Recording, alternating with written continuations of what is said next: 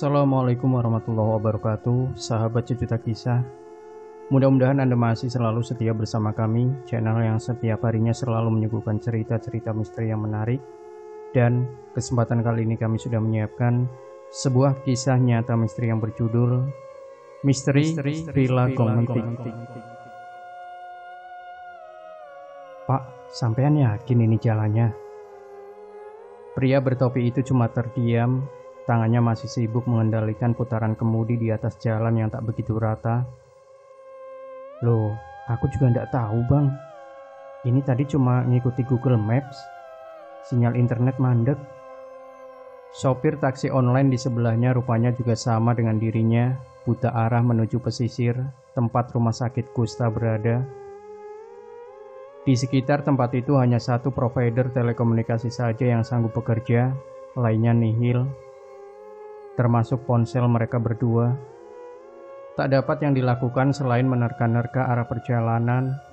Laju mobil pun mulai diperlambat. Duh, ada apa ini? Tiba-tiba, Nurdin, sopir taksi online itu mengusung kegusaran. Tangan legamnya menarik rem tangan dengan kasar. Sesaat setelah roda mobilnya berhenti mendadak, lelaki di sebelahnya tertular gusar. Mogok di tengah jalan sempit yang menanjak seperti malam ini bukanlah kabar yang baik bagi mereka berdua. Apalagi di luar, langit sedang deras-derasnya mengucurkan hujan. Beberapa menit berlalu, Nurdin menolehkan kepala ke arah pria yang duduk di sebelahnya. Pandangan matanya mengisyaratkan ketidakpastian. Bensin habis bang. Jarum petunjuk di dashboard sepertinya rusak. Sepatah kalimat yang sangat menunjukkan kecerobohan pengemudi taksi online itu menjadi kalimat terakhir yang didengar Raul. Alih-alih ia membayar ongkos perjalanan, lelaki yang berniat survei lokasi malam keakraban itu mendengus kencang dan meninggalkan Nurdin sendirian. Raul memutuskan menuntun tungkainya menembus derasnya hujan. Nurdin hanya melongo menyaksikan tingkah pengguna jasanya. Ia tak berani menagih ongkos. Maklum, ia hanya sopir joki pengganti sopir yang sebenarnya. Bule asu. Jalanan menanjak itu sebenarnya ujungnya tak panjang. Dari sudut matanya yang memicing, Raul dapat melihat beberapa sorot lampu penerangan. Meskipun tak terlihat gamblang, karena terhalang limpahan air hujan, ia yakin berkas terang itu berasal dari kampung Karet Jajar. 100 meter di balik kampung Karet Jajar, setelah jembatan beton yang mengangkangi sungai kecil, disitulah letak rumah sakit Kusta. Di samping rumah sakit Kusta itulah titik tujuan Raul. Dengan setengah berlari sambil merendahkan punggung untuk melindungi tas tentengnya, ia mengedarkan pandangan ke sekeliling. Deretan pohon karet yang tinggi menjulang di kedua seberang jalan makin membuncahkan hawa mencekam. Jika saja tak ada uang tunjangan survei, Raul tak sudi bersusah payah kedinginan seperti sekarang. Pada sebuah persimpangan, setelah pohon asem besar, kedua mata Raul memicing untuk lebih jelas membaca papan petunjuk di pinggir jalan. Tulisan samar pada tiang kayu yang miring itu seakan memastikan bahwa ia tak salah jalan. Derap langkah yang semula terburu-buru itu terhenti tepat di depan bangunan kecil yang beratap seng seadanya. Kendati tanpa penerangan yang cukup, Raul yakin itu adalah pos jaga. Tanpa permisi, kakinya yang menggigil itu dijejakkan masuk ke dalam. Sebenarnya Raul bisa saja masuk menerabas pintu gerbang geser yang menghadang jalan. Tapi demi adat kesopanan, ia memutuskan untuk menyapa sang penjaga keamanan. Pos jaga itu sepi, tak ada orang. Malam, Pak Nora. Misi. Geliat gelisah terasa dari gestur tubuh Raul yang gemetar karena didera dingin air hujan. Pohon-pohon karet tinggi menjulang yang berderet di balik pos jaga itu dirasakan Raul seolah mengintipnya dengan tatapan curiga. Meski hujan mulai reda, nuansa kelam area Villa Gongmentik ini masih memberkaskan bongkahan kengerian. Cukup lama Raul menyandarkan bahunya pada dinding kayu pos jaga. Sampai suatu ketika, dari arah ia berjalan, telinganya menangkap suara langkah kaki yang menabuh jalan. Raul tampak sedikit lega. Akhirnya datang juga. Lelaki berpayung itu menyambut uluran tangan Raul. Iya pak, saya Raul yang tempo hari telepon. Maaf baru datang. Balas Raul sedikit kikuk. Kedatangannya memang terlambat sehari dari jadwal yang seharusnya. Raul menyalahkan bendahara kegiatan yang baru tadi siang memberinya ongkos jalan. Oh begitu. Iya ndak apa-apa. Villa utama sudah saya bersihkan tadi siang. Kapanpun datang, kami sudah siap. Kami? Tanya Raul dengan menggigil. Kedua telapak tangannya ditangkupkan di wajah. Maaf, bukan kami, tapi saya. Saya sudah siap. Ayo kita masuk. Kasihan sampean basah begitu. Nanti masuk angin. Kita sudah ditunggu. Akhir kalimat yang sedikit membuat Raul bertanya-tanya. Siapa yang sedang menunggu kedatangannya? Raul memutuskan untuk tak menggubris keheranannya. Baginya lebih penting untuk segera menghangatkan bijinya yang sudah mengkerut demi anak keturunannya. Posisi villa utama tidak begitu jauh di tempat dengan berjalan kaki. Jalan tanah keras yang basah itu cukup bersahabat dengan sepatu gunungnya. Raul mengekor langkah Pak Nora, pria parubaya penjaga villa, sambil mengedarkan pandangan ke sekeliling. Gelap, cahaya bulan menjadi satu-satunya alat penerangan. Villa macam apa ini? Pantas harga sewanya murah. Raul membatin dengan gamang. Kantornya memang tak punya pilihan. Villa Gong Mentik di pasar. Villa Gong Mentik di pesisir pantai utara adalah pilihan logis di bawah anggaran dari beberapa pilihan yang lain.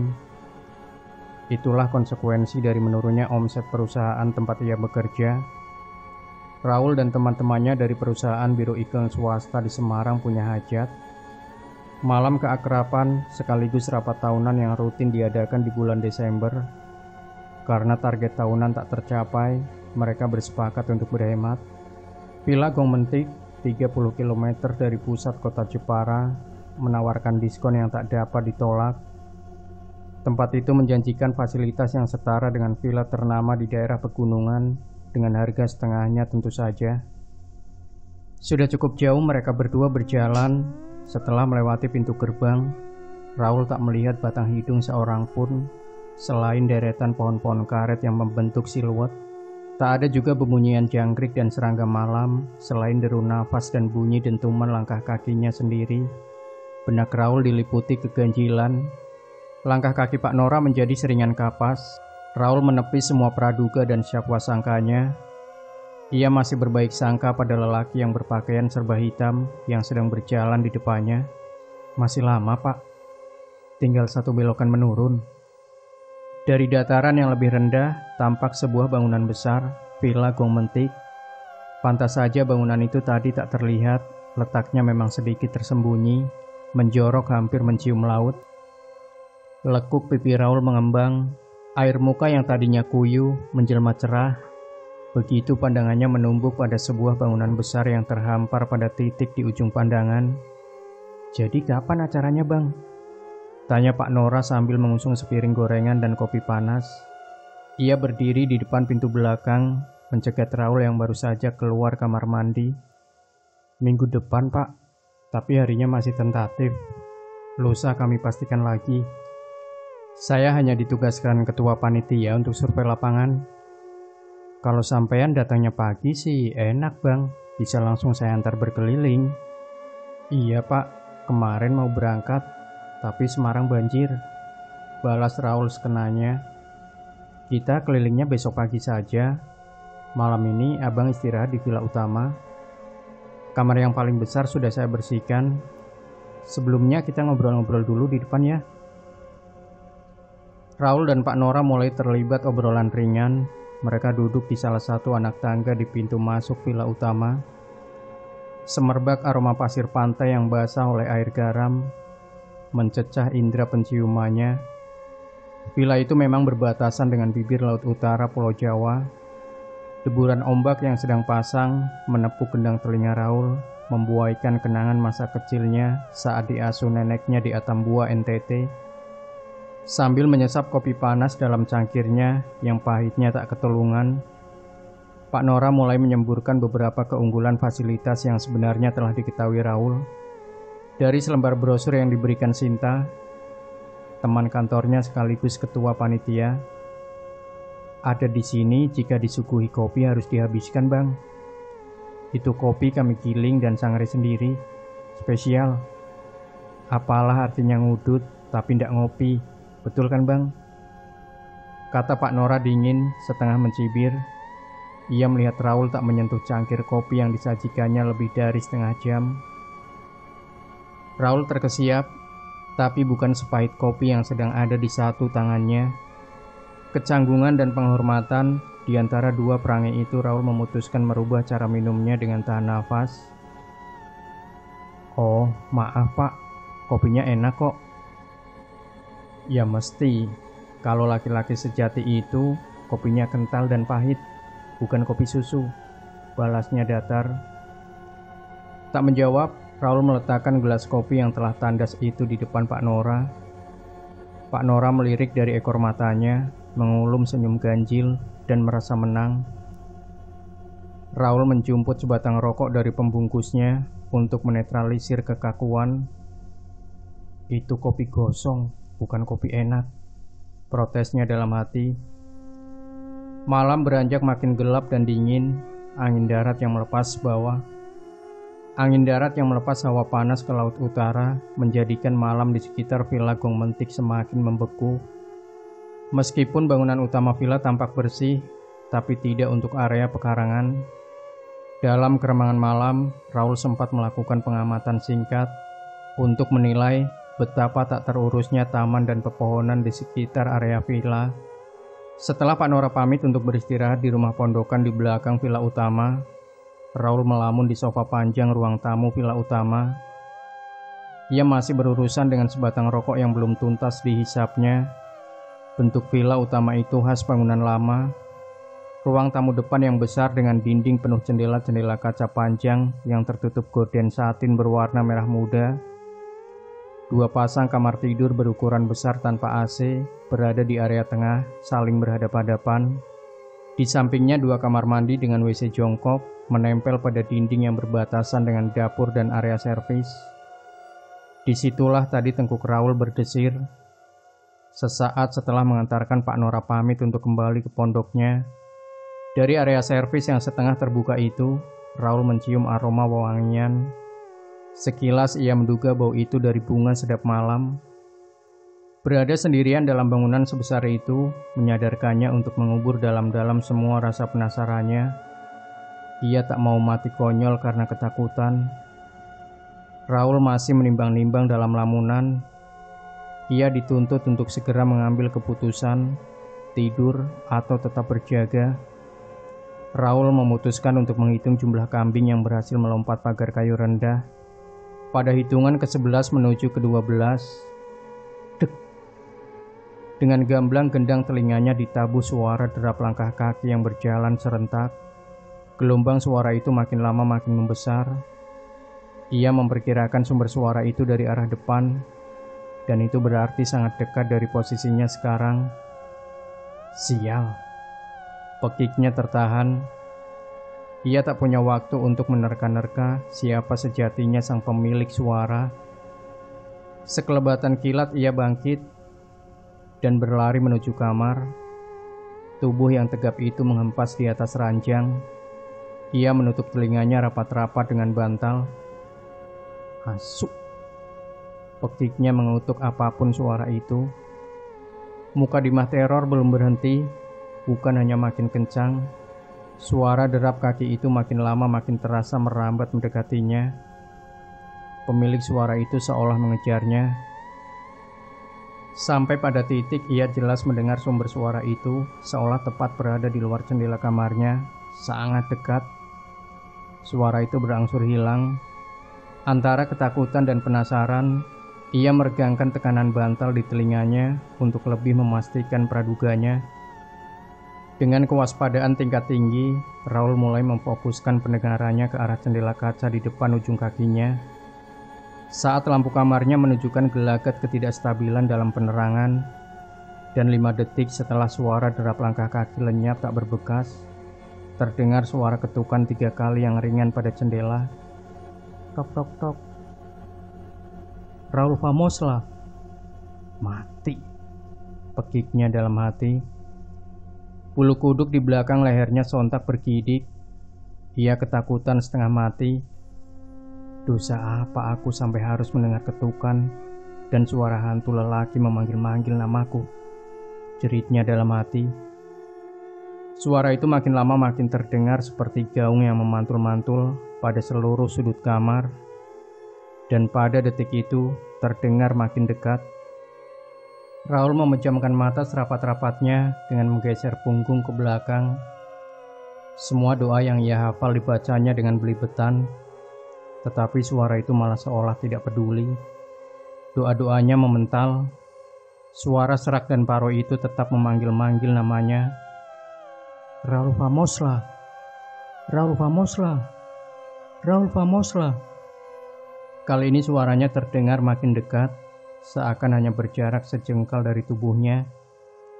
Hidungnya disengat bebauan busuk dari angin yang berembus ringan.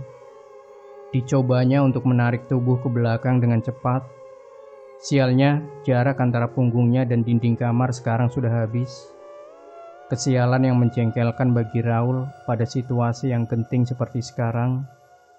Tidak ada yang bisa ia lakukan selain jurus penghabisan, lari tunggang langgang. Sebelum ia melentingkan tubuhnya untuk persiapan lari cepat, suara-suara itu menghilang. Sepi, lengang. Raul memberanikan diri untuk sedikit membuka kelopak mata dengan hati-hati. Dek. Prajurit bule berwajah pucat itu mengenakan seragam atasan biru kusam dan penuh bercak tanah basah. Topi tingginya berwarna senada dengan bajunya, celana putihnya pun tak kalah kusam. Kakinya yang tak menyentuh lantai dibungkus boot hitam yang penuh lumpur. Satu tangannya menggenggam senjata laras panjang dengan bayonet pendek yang terpancang pada rel geser di bawah moncong senapan. Tanpa menunda sedetik pun, Raul menjerit sekencang-kencangnya. Tolong! Aneh, tak ada suara sedikit pun yang keluar dari mulutnya yang menganga lebar. Pita suaranya terkunci, lebih dari sekadar bisu, dan kini seluruh otot di badannya kaku mengejan. Tak terkecuali otot kantung kemihnya yang memompa sedikit isinya keluar membasahi celana pendeknya tanpa sungkan. Sedetik kemudian tubuhnya menegak dengan sendirinya, lalu ringan melayang mendekati hantu itu. Dengan menyisakan jarak sepanjang lengan, kedua tangan setan itu diangkat ke depan. Seperti biasanya penampakan setan, ia sangat menakutkan. Raul berjuang untuk memalingkan muka, tapi semua otot di tubuhnya mogok bekerja. Entah kalimat apa yang sanggup menggambarkan kengerian itu. Tubuh Raul seketika lemas, serasa mau pingsan. Sialnya, setan itu seolah menyuruhnya untuk tetap terjaga. Kedua mata Raul mulai perih karena kering. Ia tidak bisa mengedipkan mata sedikit pun. Dengan menahan sakit yang hebat, dari ujung matanya, Raul melihat bayangan hitam besar muncul dari sudut kamar yang paling gelap. Sosok itu berjalan mendekati setan yang sedang mencengkramnya. Raul tidak bisa melihat sosoknya dengan jelas. Selain ketakutan, matanya sangat perih. Lama-lama telinga Raul mendengar sosok itu berbicara. Kasihan. Sosok hantu prajurit itu melepaskan jari-jarinya dari kelopak mata Raul. Sejurus kemudian ia menjambak rambutnya dan ditariknya ke belakang dengan kuat. Mulutnya mendekat ke mulut Raul yang otomatis menganga. Bau bangkai mulai menusuk-nusuk indera penciumannya. Sisaan itu belum berhenti. Dari dalam rongga mulutnya yang hitam keluar lendir kehitaman, lengket dan bertekstur kasar. Kedua mulut mereka berpagut. Lidah setan itu menjulur menerobos masuk membawa lendir hitam masuk lebih dalam. Raul mengecap sensasi kasar seperti pasir. Rasa pahitnya tak terbayangkan. Jangan dilawan, Bang. Anggap saja jamu pahitan. Asuk. Perut dan semua bagian di tubuh Raul spontan bergejolak, menolak benda asing menjijikan yang masuk dan menempel di lidahnya. Beberapa belatung menggeliat keluar dari ujung bibirnya. Kedua kaki dan bagian tubuhnya yang lain ingin serempak memberontak, tapi saraf motoriknya tak bekerja. Ia hanya bisa mengerang. Ah! Pagi itu, Raul lebih banyak terdiam. Pak Nora juga irit mengajaknya bicara. Hanya basa-basi menanyakan apakah tidurnya nyenyak atau tidak. Setelah itu ia meninggalkan Raul sendirian menuju pondok kecil yang difungsikan sebagai kediamannya. Raul tak mungkin menganggap enteng mimpi buruk yang merisaknya semalam. Semula ia berniat menggali informasi sebanyak-banyaknya perihal untuk prajurit pada Pak Nora, lelaki separuh baya penjaga villa, tapi niat itu tak lama dibatalkannya. Sekali teror hantu telah cukup menguatkan niatnya untuk segera kembali ke Semarang dengan membawa kabar gembira. Villa Gong Mentik banyak hantunya. Ia yakin teman-teman kantor sepakat dengannya. Yang diperlukan Raul hanya menyusun dan merangkai cerita hantu yang paling menakutkan, agar Sinta, ketua panitia yang merangkap bendahara, segera mencari alternatif tempat lain yang lebih layak untuk acara kantornya. Setelah menghabiskan sarapan bubur ketan di meja ruangan depan pemberian Pak Nora, ia beranjak mandi dan segera mengemasi pakaiannya yang masih basah. Tok tok tok. Suara ketukan di pintu menghentikan kegiatannya berkemas. Kalau sudah siap, ayo mas, kita keliling melihat-lihat sekeliling. Boleh pak. Sebentar, bapak tunggu di luar ya. Raul ditampar rasa sungkan. Tak ada alasan bagi dirinya untuk pergi tanpa terlebih dahulu berkeliling sesuai rencana dirinya dengan Pak Nora tadi malam. Raul bukan tipe orang yang melanggar janji. Pak Nora membawanya melihat-lihat bangunan 3 villa Gong Mentik.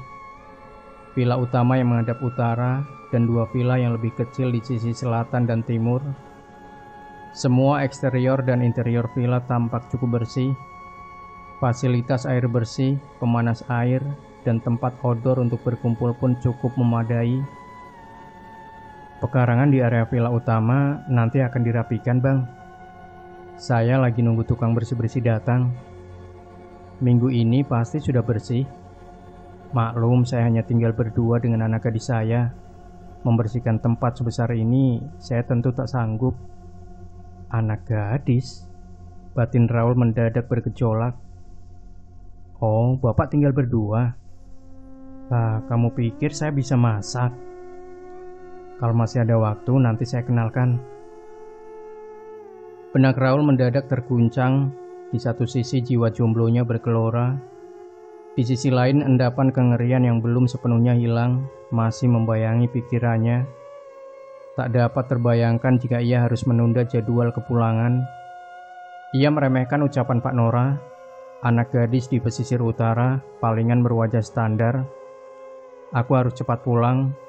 Raul membulatkan tekad untuk segera pulang. Boleh, Pak. Kata penolakan halus yang telah direncanakan mendadak menjelma rasa penasaran. Dasar otak mesum, Raul menyumpahi dirinya sendiri. Kinasih, saya Raul. Tangan pria itu bergetar menyambut uluran gadis anak kandung Pak Nora. Mulutnya yang dihiasi kumis tipis sedikit membundar. Raul terperangah. Ia meralat perkiraannya pada sosok anak Pak Nora. Tak dinyana tak dikira, paras Kinasih sangat cantik. Kinasih tersenyum geli, kedua matanya hitam, sehitam rambut yang terkedai panjang menyentuh pinggang. Kulitnya halus terang, seakan berpendar. Cuping hidung yang bangir menusuk langit, bertengger di atas bibir merah ranum yang tak tersapu gincu. Silakan, diminum kopinya bang. Saya seduh khusus untuk abang, kata Kinasih lembut. Pak Nora seolah mafhum menyaksikan adegan itu. Sebagai orang tua yang bijak, ia tahu diri. Setelah tugasnya selesai untuk mengenalkan anaknya pada Raul, ia berdehem lalu pamit untuk menyapu halaman. Nyapunya yang lama, Pak, bisik Raul dalam hati. Raul berusaha menciptakan suasana yang paling wajar. Mereka duduk berhadapan di atas sofa ruang depan. Secangkir kopi dan kudapan kering tersaji di antara dua insan yang dilanda kekikukan. Raul segera menyesap kopi yang diseduh Kinasih. Entah apakah karena ia meminumnya sambil lekat memandang senyuman Kinasih. Kopi yang sangat pahit itu tiba-tiba terasa manis, bahkan sangat manis. Tak sadar, Raul dan Kinasih telah berjam-jam dalam obrolan. Kinasih tampak sangat tangkas menimpali obrolan Raul. Hari itu Raul bak menemukan harta karun, gadis cantik pesisir pantai utara Jepara yang bernama Kinasih. Maaf dik, rokokku habis. Warung rokok terdekat di mana ya? Dekat bang, itu abang turun ke pantai sebelah barat. Sekitar 30 meter, di sana ada 3 atau 4 warung kecil. Oh, pantai di samping rumah sakit ya? Betul. Kalau mau beli sekarang saja, keburu turun hujan. Tak menunda waktu, Raul beranjak mengikuti petunjuk arah Kinasih. Ia telah melupakan niatnya untuk segera kembali ke Semarang. Tadi, ia telah membuat perjanjian dengan gadis itu. Kinasih meminta Raul untuk menunda niatnya pulang, karena besok adalah hari ulang tahunnya. Kinasih hendak membuat perayaan, dan ia mengundang Raul satu-satunya tamu yang diundang. Entah apa yang merasuki benak Raul, ia melihat peluang yang tak sanggup dilewatkan. Kaos oblong Kinasih yang berbelahan dada rendah itu benar-benar telah mengoyak selubung nalarnya. Itulah undangan yang sebenar-benarnya, gumam Raul dengan mengembangkan senyum mesumnya. Warung dengan atap merah, warung kecil dari dinding bambu itu tak sulit untuk ditemukan. Setelah melangkah turun menjauhi villa ke arah barat, beberapa warung dengan spanduk vinil partai terlihat dari kejauhan. Jisamsu Black, ucap Raul membuyarkan lamunan wanita separuh baya yang sebagian rambutnya telah memutih.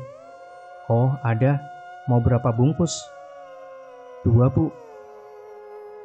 Wanita berdaster batik yang masih menyisakan guratan kecantikan masa muda itu dengan sigap bangkit dari duduknya di bangku panjang untuk meraih rokok dari etalase kaca. Pendatang atau wisatawan? Tanya wanita itu sambil menekan telunjuknya pada papan kalkulator. Oh, saya tamu Villa Gong Mentik, Bu. Jawab Raul membalas basa-basi. Wanita itu mendadak bergeming sesaat. Dengan wajah tegang ia memasukkan 2 bungkus rokok pesanan Raul dalam tas kresek transparan. 30.000. Saya tak menyediakan kembalian. Raul mengendus gelagat ketidakberesan. Rona wajah wanita itu mendadak tidak bersahabat. Ketika tangan kanannya terulur, ia terdiam, matanya nyalang mengamati Raul. Perangai tak sopan itu sungguh ganjil. Raul pun sedikit gusar. Ada yang aneh, Bu. Tak menjawab, wanita itu mencengkeram pergelangan tangan Raul. Hati-hati, lelaki keturunan sepertimu seharusnya tak menginap di tempat itu. Hah? Jantung Raul berdegup. Sekilas ia mencium prasangka yang mengada-ada. Tapi entah, ia seolah mengamini perkataan wanita itu. Teror hantu prajurit semalam mendadak melintas di pikiran Raul. Ia menduga wanita itu menyimpan rahasia hantu Villa Gong Mentik. Jantung Raul berdegup. Sekilas ia mencium prasangka yang mengada-ada. Tapi entah, ia seolah mengamini perkataan wanita itu. Teror hantu prajurit semalam mendadak melintas di pikiran Raul. Ia menduga wanita itu menyimpan rahasia hantu Villa Gong Mentik. Maksudnya, Bu, penjaga villa itu bukan orang baik-baik. Pokoknya hati-hati saja. Camkan pesanku. Raul menyerahkan uang pas sesuai permintaan wanita itu. Ia tak berani menoleh.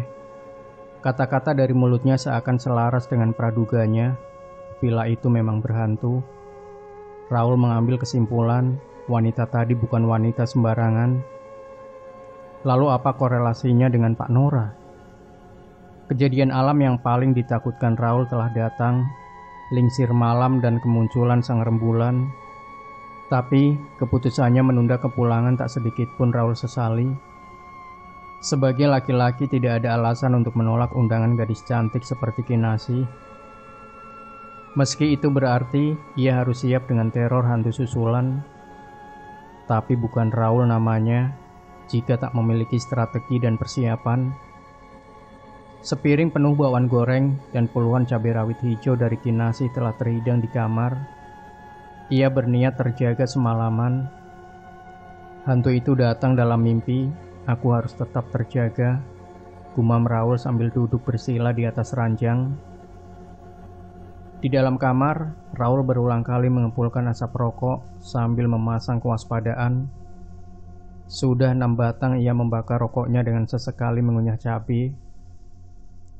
Sesuatu yang tak diinginkan justru terjadi pada saat Raul melihat botol air mineralnya hampir tandas. Ia lupa menyetok air minum, dan itu berarti ia harus berlari ke dapur untuk memasak air. Kebodohan yang berujung penyesalan. Raul menyumpahi kelalaiannya bertubi-tubi. Duh, apes. Bibirnya yang menebal karena kepedasan tak bisa menunggu waktu lebih lama. Pada dapur dan area servis, tempat ia mengendus wangi bunga sedap malam, kesanalah Raul menuntun langkahnya dengan perlahan-lahan. Raul mengecek arloji di pergelangan tangannya. Ia sedikit tenang. Baru jam 11 malam. Desisnya dalam degup jantung yang mulai berdebar. Ia mulai menghitung langkah satu demi satu. Dari arah luar, gerimis dan angin berdesis bergantian. Hembusan angin itu mengantarkan bunyi ranting pohon yang saling bergesekan. Raul tak berhenti dalam langkah pelannya. Ia tak sanggup melawan rasa pedas yang semakin lama semakin tak tertahan. Pintu kamar yang tadinya terkunci rapat itu dibuka dengan perasaan gamang. Ia terus menyemburkan afirmasi positif dalam pikiran. Raul tidak takut, setan tidak ada, aku tidak takut. Raul laki-laki pemberani. Kriet. Dek. Bak secepat kelebat cambukan cemeti, sebatang rokok yang belum dibakar pada sela kedua jari tangannya terlontar dan berpindah tempat. Raul merasakan lontaran listrik yang mengentak jantungnya. Matanya sontak membelalak mengiringi lututnya yang gemetaran. Seketika itu juga ia terjengkang ke belakang. Pantatnya yang lebar runtuh menimpa lantai kamar dengan kencang. Mana suara derapmu? Mana suara langkah serentak itu? Protes Raul dalam hati. Strateginya sekali lagi meleset. Hantu itu datang tanpa didahului pertanda-tanda ganjil layaknya dalam film-film horor. Raul Famoslah. Ucapan yang sama kembali terdengar menusuk telinga Raul. Tiba-tiba dari balik sosok hantu prajurit itu muncul asap hitam yang sangat pekat. Asap itu lalu membentuk sulur-sulur panjang yang meliuk-liuk mendekati Raul. Dalam posisi yang terjepit, Raul tidak memilih. Raul tidak memiliki pilihan selain bertahan. Satu-satunya yang dapat dilakukan Raul hanyalah satu, mendekap kaki ranjang. Sulur-sulur asap pekat itu tak tinggal diam. Ujungnya menggulung pergelangan kakinya dengan anggun. Makin lama gulungan itu menjelma ikatan yang kuat. Sekonyong-konyong menyeret tubuhnya untuk mendekati hantu itu dengan kasar. Raul melakukan perlawanan sebisanya. Dengan posisi tubuh tiarap, ia makin kuat mendekap kaki ranjang. Tapi perlawanan Raul tampaknya menemui jalan buntu. Hantu itu kembali menghantarkan cairan kehitaman yang sangat pahit ke dalam mulut Raul. Sekarang, ia dalam posisi menegak, tepat 2 jengkal dari hantu berseragam. Kembali Raul dalam keadaan yang sama dengan malam sebelumnya. Tubuhnya membeku, tak dapat sedikit pun digerakkan. Mulut Raul terjahit kebisuan. Satu-satunya yang dapat dilakukan Raul hanyalah pasrah.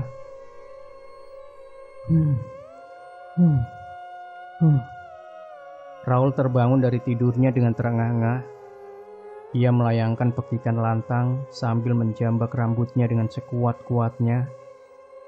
Sekejap, ia berusaha memulihkan kesadaran dan mengelap keningnya yang basah oleh keringat dingin. Ia gagal terjaga malam itu.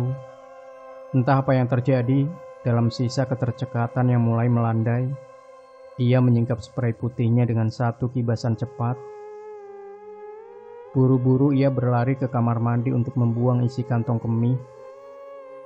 Dalam kamar mandi itu, dada Raul kembali menyesak begitu melihat air seninya yang berwarna merah. Ia bergidik sambil memejamkan matanya rapat-rapat. Sudut matanya mulai basah oleh bulir-bulir bening yang mulai menetes, membasahi pipinya yang kasar. Serbuan berbaris pertanyaan yang memenuhi kepalanya harus dituntaskan. Aku harus bertanya pada Pak Nora. Bang, Bang. Suara panggilan Kinasi yang lembut mengusir lamunannya pagi itu. Pada anak tangga depan villa utama, Raul meratapi kegetiran malam-malamnya yang kelam. Jika saja tak ada Kinasi, gadis cantik itu, tak sudi Raul tinggal lebih lama. Iya dek, aku di depan, balas Raul sedikit lantang. Kinasi, oh Kinasi. Ya, Kinasi yang cantik pagi itu terlihat makin rupawan. Daster pendek di atas lutut yang dikenakannya begitu mengundang hasrat laki-laki normal seperti Raul. Bulu-bulu halus di paha Kinasi sangat kontras dengan kulitnya yang kuning langsat. Bapak sedang ada urusan, Bang. Ini aku bawakan sarapan ya. Jangan lupa nanti malam perayaan ulang tahunku yang ke-21. Baik, Dik. Tapi nanti aku langsung pulang ya. Oh, silakan Bang. Kalau memang tidak kerasan, pintu terbuka lebar. Bukannya tak kerasan, Dik. Tapi apa? Aku 2 malam diganggu hantu. Hah? Hantu? Yang bener, Bang. Hantu pocong, kunti atau apa? Hantu lelaki berseragam tentara, Dik. Sudah 2 malam ini aku diterornya. Masa sih, Bang? Aku tinggal bertahun-tahun di sini aman-aman saja tuh. Mungkin Abang gak pernah berdoa ya sebelum tidur. Atau jangan-jangan Abang cuma alasan. Alasan? Biar Kinasi nemenin Abang. Kinasi mencondongkan kepala. Bobo. Desahnya lembut pada ujung kuping Raul. Glek. Kinasi, oh Kinasi, mengapa kau sekali lagi menawarkan sesuatu yang sangat sulit kutolak? Kemana kewarasanku? Wanita parubaya berdaster batik duduk menyandar pada dinding kayu yang penuh dengan kaligrafi hitam putih, tertata rapi dalam bingkai kayu beragam ukiran. Di luar gerimis mulai membasahi. Tangannya beberapa kali menepuk lutut, menyelaraskan ritme ketukan kendang dangdut dari radio tuanya. Jari itu berhenti begitu telinganya menyesap suara langkah kaki yang tergesa. Sudah kuduga kau masih nginap di villa itu. Maaf, tanya Raul dengan menautkan alis tebalnya. Wanita separuh baya penjaga warung rokok itu masih sama dengan sebelumnya, memasang wajah kaku tak bersahabat pada pelanggannya. Di lain pihak, nalar Raul masih belum dapat mencerna perkataan dan perangai tak sopan dari wanita itu. Aku Purwasi yang kamu anggap remeh ini telah mengirim pesan, tapi tak kau indahkan. Jangan sampai kau menyesali keputusan bodohmu. Katanya acuh tak acuh, seraya bangkit dari duduknya. 2 bungkus rokok yang sama. Raul mengangguk lalu terpekur. Sebelum Raul bertanya, wanita itu menatap tajam mata Raul dengan mendesis. 3 tahun lamanya ia menunggu. 3 tahun itu waktu yang sangat panjang. Sekarang ia sudah menang. Maksud ibu? Raul mencoba bertahan pada kesopanan, meski dada sesak menahan kegusaran. Tak percuma warga kampung karet jajar menjuluki aku Sang Linui. Apakah kau tak melihat jari-jari kakimu? Ucapnya sambil menuding ke arah kaki Raul. Dek. Raul tersentak, tangannya menyinggung toples. Tangannya menyinggung toples kaca kacang kulit. Ada apa denganku? Kenapa baru sekarang kau sampaikan hal itu padaku? Begitu ia tersadar bahwa jari-jari kakinya tampak membiru, wanita itu membisu. Kau sebenarnya telah mengetahuinya sejak dari pertama kau menginjakkan kaki pada tempat terkutuk itu. Kenapa baru sekarang kau tanyakan hal itu padaku? Jelaskan agar aku mengerti.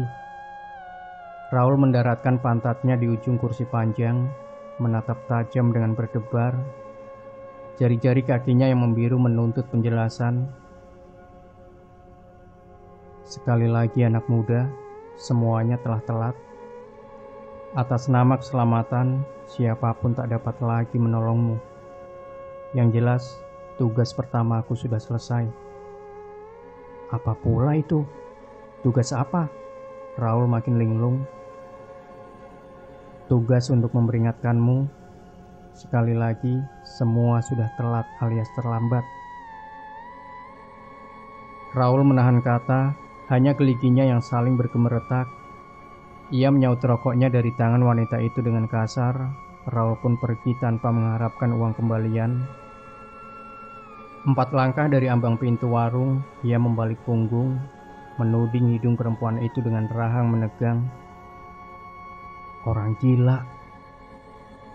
Purwasih sekilas seperti perempuan parubaya kebanyakan, kecuali untuk satu hal, mata batinnya. Di wilayah sekitar kampung Karet Jajar, namanya kondang sebagai jujukan orang-orang pencari pertolongan dalam perkara gaib tentu saja. Seperti sebagian besar warga kampung Karet Jajar, ia juga pendatang. 3 tahun berselang setelah rumah sakit kusta didirikan pemerintah, datang penawaran pada nelayan prasejahtera pesisir pantai utara untuk mendirikan perkampungan di sekitar kebun karet. Berbondong-bondonglah mereka untuk sebuah alasan sederhana, lahan cuma-cuma. Purwasih mewarisi ilmu linui dari terah mendiang ayahnya. Konon, sang ayah adalah tukang suwu kondang dengan kesaktian beraneka rupa. Nelayan pesisir pantai utara menjadikannya tetua. Dibesarkan dalam lingkungan klinik, ternyata membawa kesengsaraan hidupnya. Orang tuanya terbunuh secara misterius saat dirinya masih gadis. Untung saja ia dapat diselamatkan oleh pemuda murid ayahnya yang kelak menjadi suaminya.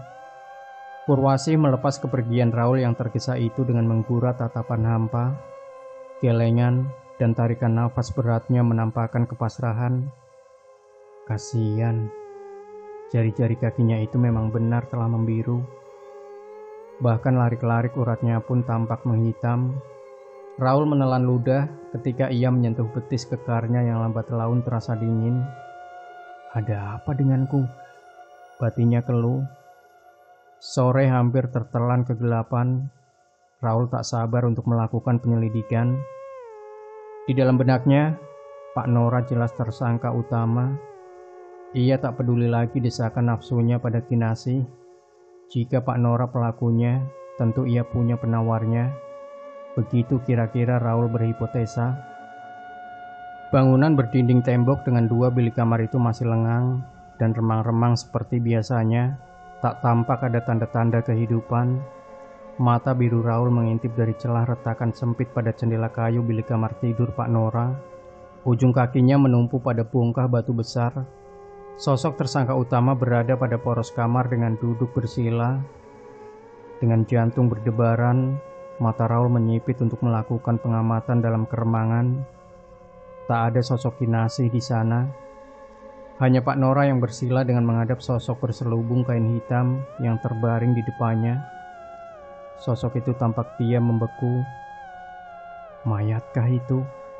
Tanya batin Raul ketakutan. Tenggorokan Raul tersumbat kengerian.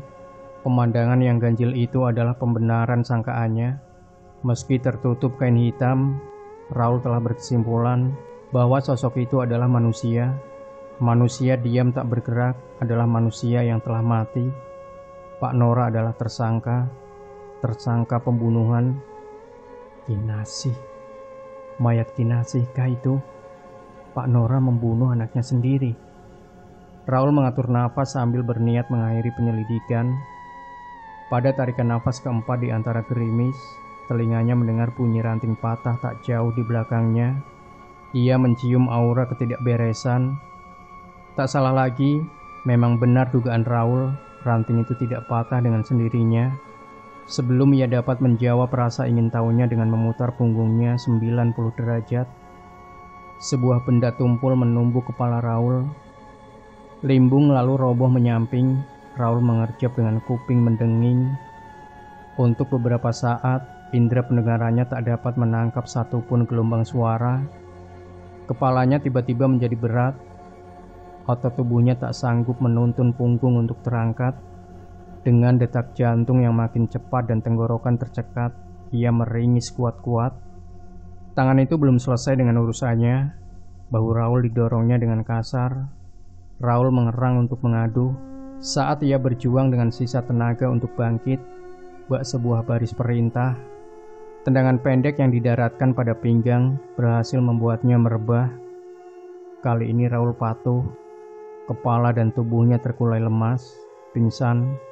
Raul menggeliat begitu dingin dan basah menampar indera perasa di permukaan wajahnya. Kesadarannya sedikit merambat pulih. Manakala sebaskom air mengguyur kepalanya, tangan itu pelakunya. "Bangun!" titahnya setengah berteriak. Kelopak mata Raul berkedut cepat. Dalam pandangan yang samar ia berusaha menerjemahkan sebuah siluet besar yang berdiri di hadapannya. "Iblis!" desisnya tertahan. Tak ada kata balasan dari tangan kekar itu selain kembali menumpahkan sisa air dingin pada kepala Raul sembari mendecih geram. 3 detik kemudian, tubuh Raul diseret kasar dan disandarkan pada dinding. Ia terduduk dengan leher layu sambil meraba telinga yang masih terasa perih akibat pukulan. Pandangan yang masih kabur itu dijelajahkan ke sekeliling pondok Pak Nora. Sangkaan Raul tak salah lagi. Pak Nora memanglah kejam sesuai petunjuk Purwasi. Dalam ketercekatan, Raul mulai mengendus aroma kematian. Tubuhnya secara refleks bergetar untuk merespon sebuah rencana tindakan. Tak pernah ia dalam kondisi setakut itu saat ekor matanya melihat siku Pak Nora terangkat. Sesaat sebelum Pak Nora meloloskan pukulan dari sudut ruangan yang tergelap, sebuah bayangan besar dan panjang terulur ke depan. Siluet itu menyibak gelap dan memunculkan sosok manusia. Suara lembut pun terdengar. "Abang ganteng, kok datangnya kecepetan?" Langit telah mencurahkan rintik hujan. Pak Nora memantik api untuk membakar rokok di hadapan Raul yang terduduk tak berdaya. Kinasih, gadis idaman Raul itu berlutut dengan mengusap rambut Raul lembut. "Abang sayang, kamu telah merusak pesta kecilku. Untuk sang perusak pesta, tak ada hukuman yang pantas selain hukuman mati," bisik Kinasih sambil menyeringai. "Sundal setan, apa yang kalian inginkan?" desis Raul membuang muka. Pak Nora dan Kinasih terkekeh. "Pertanyaan bagus, tapi sayangnya kami sudah mendapatkan semua yang kami inginkan. Hanya tinggal tersisa satu proses untuk memastikan saja, Bang," balas Pak Nora dingin. Raul mengerjap dalam rintihan, sudut matanya menitik ujung kakinya yang makin membiru. "Tolong biarkan saya pulang, Pak. Saya tak punya niat jahat pada kalian," ucap Raul terbata-bata. "Pasti kamu akan kami pulangkan ke tempatmu seharusnya berasal," ucap Pak Nora datar. "Kinasih, tolong ambilkan bungkusan kain hitam di depan." Kinasih menjawab dengan anggukan ringan. Segera ia beranjak menuju ruang depan. 2 menit Kinasih menghilang dari pandangan. Terdengar suaranya lantang mencacah keheningan. "Kok ndak ada, Pak?" Dengan dengusan kesal, Pak Nora melangkahi Raul untuk menyusul Kinasih. Raul mencium peluang yang tak boleh disia-siakan. Ia mengukur sisa tenaga penghabisannya untuk lari dari tempat itu. Tak menunda waktu lagi, ia bangkit dengan menumpu siku. Terhuyung ia melompati jendela kamar yang tadi kunci. Tubuh tinggi besarnya sekali lagi menghempas tanah pekarangan, sempoyongan, lalu lari terpincang-pincang. Raul menyibak kegelapan menjauhi pondok Pak Nora. Ia sudah tak peduli dengan apapun selain hidupnya. Dengan setengah berlari, Raul menahan bunyi derap langkah kakinya dalam kegelapan dan derasnya hujan. Kinasih yang terlebih dahulu sadar jika Raul telah menghilang, memekik sebuah lolongan panjang. "Ah, Pak, bulenya hilang. Kejar, Pak!" teriak Kinasih histeris dengan wajah merah. Pak Nora yang menyusul ke kamar setelah mendengar teriakan, kali ini hanya mampu terdiam. Wajahnya tertular merah, menyiratkan arti sebuah kemurkaan. Diraihnya parang yang tergantung pada dinding kamar dengan kasar. Di luar, gelegar guntur dan kilat petir saling bersahutan. "Tunggu di sini. Jangan sampai keluar rumah. Lanjutkan semua persiapan. Malam ini semua harus tuntas," kata Pak Nora lantang pada anaknya. Kinasih mengangguk singkat, lalu menatap punggung ayahnya tajam. Derasnya hujan dan pekatnya gelap makin mengepung villa Gong Mentik. Dari balik gelap yang acak, siluet tinggi besar terlihat berjalan cepat menunduk dengan sibuk menyibak semak dan pepohonan. Berjalan dalam jalur tanah basah yang gelap dan licin, seperti itu tentu menyulitkan.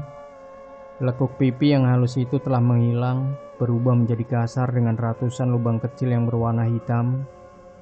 Raul bergidik sambil menepiskan ingatannya pada sosok Kinasih. Raul mengerjap, mengusir basah dari kedua matanya. Ia mencari secercah cahaya dan harapan di kepungan gelap dan kengerian. Butuh beberapa detik untuk memulihkan kekuatan. Dingin masih menusuk tulang. Tangannya mencengkeram tepi lingkar pohon randu terbesar sambil menjelajahkan pandangan. Ia mencari arah menuju warung Purwasi Sang Linui. Ia pasti dapat menolongku. Batin Raul memekik karena panik.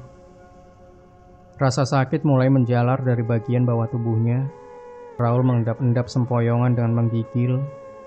Meskipun indera penglihatannya tak memindai sosok Pak Nora, ia harus tetap siaga. 30 langkah dari tempat pertama Raul bersembunyi, ia mulai dapat berpikir lebih tenang. Pada rimbun daun tetean, ia mendudukkan pantatnya dengan gemetaran. Saat sedang berusaha memulihkan tenaga, sayup ia mendengar derap langkah kaki. Meski sulit ia berusaha memejamkan konsentrasi. Benar, itu adalah suara derap puluhan pasang kaki yang sumber suara itu menuju ke arahnya. Makin paniklah Raul. Ia ketakutan bukan kepalang. Untuk lari tunggang langgang jelas ia tak mampu. Ia hanya mengandalkan adrenalin dan ampas tenaga. Suara derap kaki itu makin mendekat cepat. Raul memperkirakan jaraknya hanya beberapa depan saja. Alih-alih berlari, justru ia makin penasaran dengan sosok mereka. Diintipnya dari celah daun-daun rimbun dengan berdebar. Raul terperangah. Dari jarak yang dekat itu, ia dapat dengan jelas melihat sosok mereka. Separuh dari wajah mereka pucat dengan baju penuh bercak merah. Separuh lainnya tak tampak pucat karena memang tak berkepala. Raul beranjak berlari menerjang hujan dengan tergesa-gesa. Ia meringis, merintih dan menangis sejadi-jadinya. Terhempas, terantuk batu lalu bangkit lagi, begitu seterusnya. Kawanan hantu prajurit itu bergeming tak berbuat apa-apa. Mereka seolah memiliki rencana terhadap Raul. Sayangnya rencana itu tak dapat diutarakan pada calon korbannya yang sedang terseok-seok ketakutan. Suara ombak, angin dan hujan tak juga berhenti merusak malam Raul. Kini ia telah tiba pada tujuannya, warung Purwasi. Mereka seolah memilih rencana terhadap Raul. Sayangnya, rencana itu tak dapat diutarakan pada calon korbannya yang sedang terseok-seok ketakutan. Suara ombak, angin, dan hujan tak juga berhenti merusak malam Raul. Kini ia telah tiba pada tujuannya, warung Purwasi. "Duk duk duk, tolong!" Raul menggedor pintu warung yang telah temaram itu dengan was-was. Tak ada jawaban. Raul menggerutu dan menahan perih yang mendera sekujur tubuhnya. "Duk duk duk." Raul mengulang tindakan. Kali ini gedorannya makin mengeras. Begitu gagang pintu memutar, Raul merangsek masuk dari celah pintu yang baru terbuka separuh. Purwasih terkaget-kaget mendapati kondisi Raul yang seperti itu. "Tolong saya, Bu," kata Raul dengan tempo suara cepat. Ada jeda sedikit antara ucapan Raul dengan sautan Purwasih. "Kamu kenapa?" tanya Purwasih melongo, seraya menutup kembali pintu rapat-rapat. Air muka Purwasih lantas berubah tegang. "Apa kau baru melihat setan?" "Bukan hanya setan, Pak Nora akan membunuh saya," jawab Raul dengan gagap tersengal. Purwasih tak tinggal diam, diseretnya kursi dengan sandaran ke arah Raul. "Duduk sini, atur nafasmu, minum," perintah Purwasih sambil satu tangannya terjulur. "Habiskan kopi hangat ini akan menenangkanmu." Tanpa berpikir, Raul menyaut gelas dari tangan Purwasih dengan gemetaran. Sebenarnya ia mengharapkan segelas air untuk mengairi dahaga. Tapi dalam kondisi panik seperti itu, apa dirinya memiliki pilihan? Kopi hangat itu ditenggak tanpa sisa. Ia menggigil dengan menekuk lutut. Purwasih sadar tamunya dalam kepanikan. Ia menyelimuti Raul dengan jaket lusuhnya. "Kamu tenangkan dirimu. Sembunyi di sini pasti aman. Mereka tak akan mengganggumu. Aku jamin." Di luar hujan telah mereda. Kawanan awan hitam mulai berlalu beriringan. Banyak warga Karet Jajar telah terlelap, mengunduh bunga tidur, detoksifikasi organ tubuh, dan ada juga yang masih betah terjaga untuk menyelesaikan urusan atau sekadar belum terderah kantuk. Malam tengah berada pada titik terlarutnya dan telah menjelma indah. Cahaya yang berpendar dari bulan tampak anggun, dengan semilir angin yang tertiup sesekali, mengantarkan debur ombak yang terdengar bagai senandung kinanti. Malam yang sempurna, seharusnya sempurna, tapi tidak untuk Raul. Tidak ingin memancing perdebatan panjang yang terjadi dalam otaknya, Raul memutuskan mengorek keterangan dari Purwasih. Wanita penjaga warung itu masih duduk di kursi panjang, menghadap Raul yang masih tampak lemas. "Apa yang sebenarnya terjadi, Bu?" tanya Raul sembari tertunduk lesu. "Kamu benar-benar penasaran ya? Aku akan jelaskan padamu dengan sebuah syarat. Kamu harus bersumpah tak akan membalas dendam pada mereka yang mencelakaimu. Apa kau berani bersumpah?" Raul tercenung, ragu. Ia mengangguk dan mengedip. "Aku bersumpah, Bu, tak akan dendam." Purwasih mencondongkan kepala dengan mengulas senyum ringan. "Aku masih mengendus keraguan. Aku hanya ingin tahu, Bu. Aku bersumpah tak akan dendam. Cepat jelaskan," desak Raul tak sabar. "Bagus," balasnya dengan senyum mereka. "Akan kututurkan dengan lengkap untuk menghilangkan rasa penasaranmu. Setiap jiwa yang penasaran akan membawa petaka bagi jiwa lainnya. Sekarang dengarkan baik-baik." Raul mengernyit. Puluhan tahun yang lalu, tempat ini adalah daerah paling angker di pesisir utara Jawa. Daerah di balik bukit itu adalah tempat pembuangan mayat anggota PKI. Makanya disebut dengan daerah Pekainan. Purwasih menghela nafas berat. Pemerintah saat itu ingin menghapus stigma angker dengan mendirikan rumah sakit.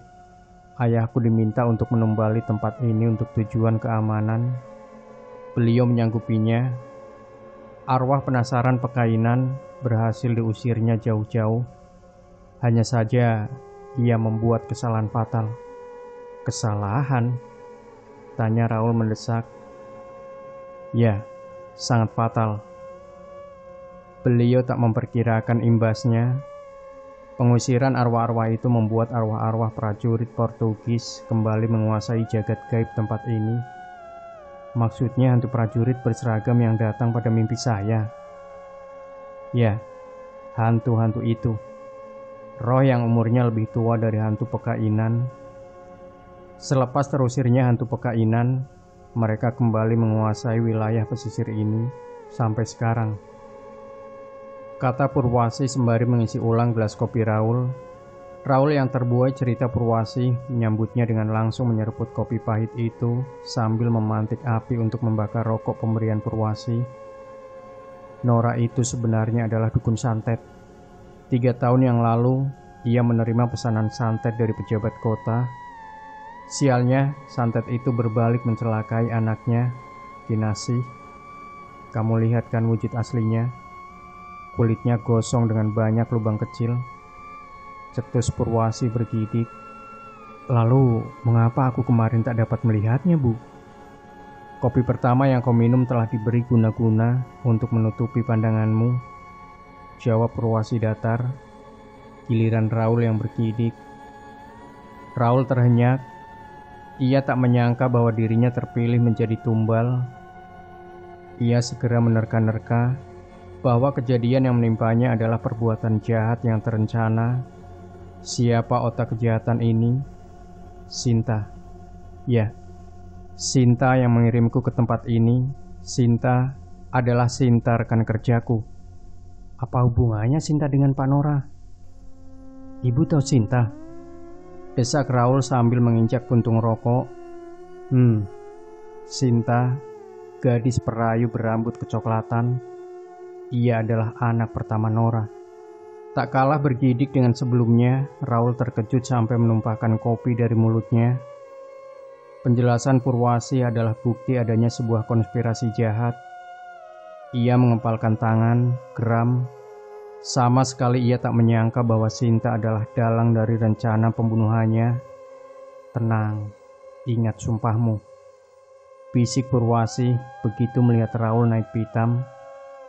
Maaf. Raul menyurutkan perangainya. Ia lekas menghela napas panjang untuk merayakan nasib baiknya malam itu. Untung saja ada Purwasi. Raul membatin. Beruntung. Tunggu dulu, Raul. Terima kasih, Bu, telah menyelamatkan saya. Iya, Bang, sama-sama. Kamu sudah tidak penasaran lagi, kan? Ingat, kamu telah bersumpah untuk tidak penasaran dan membalas dendam. Semua penjelasanku ini adalah rahasia kita berdua, tegas Purwasi. Raul menanggapi ucapan Purwasi dengan anggukan. Ia mengatur nafas untuk mengekang dendam yang mendesak benaknya. Iya, Bu, aku tak akan dendam. Yang penting aku telah selamat. Purwasi melengkungkan bibir, lantas bangkit berdiri. Ada satu rahasia lagi. Rahasia?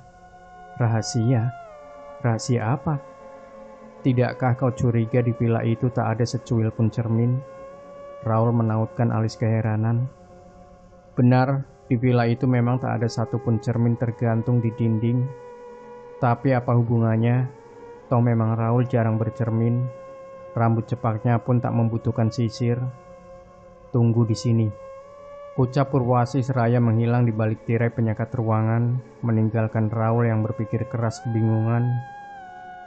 Tak banyak yang dapat dilakukan sang korban dalam jeda hening seperti itu, kecuali hanya menunggu kabar dengan dada berdebar. Punggung basahnya ditegakkan untuk meletupkan kewaspadaan. Coba kau lihat pantulanmu di sini, kata Purwasi sembari menyerahkan cermin meja. Benak Raul meragu. Sekejap ia bergeming.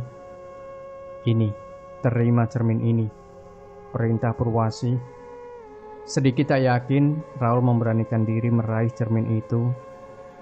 Dek. Mata Raul mendelik lebar, jantungnya berhenti mendadak. Pada pantulan cermin ia melihat dirinya yang tak lagi serupa. Dilihatnya wajah dalam cermin itu pucat pasi, bibir dan kedua matanya kelabu kehitaman. Ia mencampakkan cermin itu ke lantai, kelabakan, panik tak karuan hingga terjerembab ke lantai. Raul meratap dalam rintihan. Apakah aku telah mati? Bukankah telah aku katakan bahwa semua sudah terlambat? Bisik Purwasi sembari mengecup ubun-ubun Raul lembut. Kopi yang kau minum bukan kopi biasa. Darah Raul deras mendidih. Tangannya menepis lengan Purwasi dengan kasar. Berdebah. empatnya. Purwasi merespon dingin dengan menjaga jarak. Jika saja Raul tak merasakan hembusan udara dingin yang mengalirkan bau bunga sedap malam dari balik tirai, tak sabar dirinya memberontak dan memukul Purwasi. Sementara berada dalam kegamangan itu, ekor matanya melihat satu tangan terjulur dari balik tirai. Sontak Raul menengadah, mengejan dan membelalak. "Raul, vamoslah. Raul, ayo kita pergi." Keberuntungannya malam itu dikandaskan hantu prajurit Portugis. Raul pun gelagapan menahan panik. Tubuhnya berputar cepat dengan kaki menekuk sebagai tumpuannya. Belum juga ia berhasil menarik gagang pintu. Sebuah energi kuat menariknya ke belakang. Ia terjengkang, ambruk menimpa kursi. Hantu prajurit bergerak ringan menyamping. Tapak kaki berselubung sepatu boot itu menginjak dada Raul. Sesak. Ia melawan dengan melontarkan kepalan tinju membabi buta. Namun upaya itu dihentikan dengan sekali hentakan kaki yang lebih kuat. Raul melolong panjang. Isi kepalanya menjelajah tak terarah dalam kegelapan. Raul pun diam tak bergerak. Tak berapa lama kemudian, Raul tak tahu sudah berapa lama dirinya pingsan. Ia tersadar ketika merasakan tubuhnya terguncang-guncang. Samar ia merasakan tubuhnya ringan melayang-layang. Matanya berkedut mengusir kaburnya pandangan.